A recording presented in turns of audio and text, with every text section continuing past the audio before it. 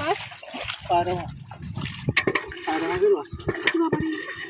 কি মা এইটুকু কি হবে? ওই তো বড় হবে। এটা কোথায় ছাড়বে?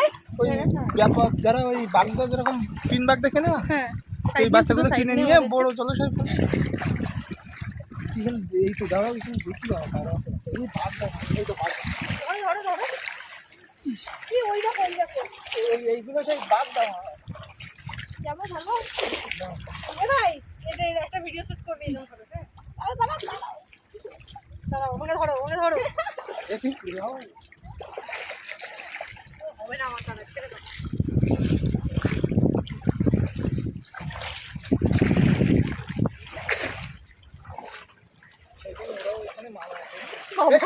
সেইদিন একটা পায়রা মাছ ধরেছে। হ্যাঁ ওই করে দাও, জালতে দিই। হ্যাঁ তো আমরা রায়মঙ্গল নদীতে খুব মজা করেছি, মানে এটা আমার লাইফে ফার্স্ট টাইম আমি রায়মঙ্গল নদীতে নেমেছি। আর এর জল কিন্তু সমুদ্রের জলের মতো নোনা, কারণ এই নদীটি খুব বড় আর এই নদীটি বঙ্গোপসাগরের সাথে ডাইরেক্ট যোগ আছে। তো এইখানে একটু দূরে যাওয়াটা খুবই একটা বিপজ্জনক ব্যাপার আছে, মানে আমার মামুরা খুবই বারণ করেছিল যে একদমই দূরে যাবি না, কারণ কুমির, হাঙর, কামড় এইসবের খুব ভয়, মানে যখন তখন কোনো একটা বিপদ ঘটে যেতে পারে।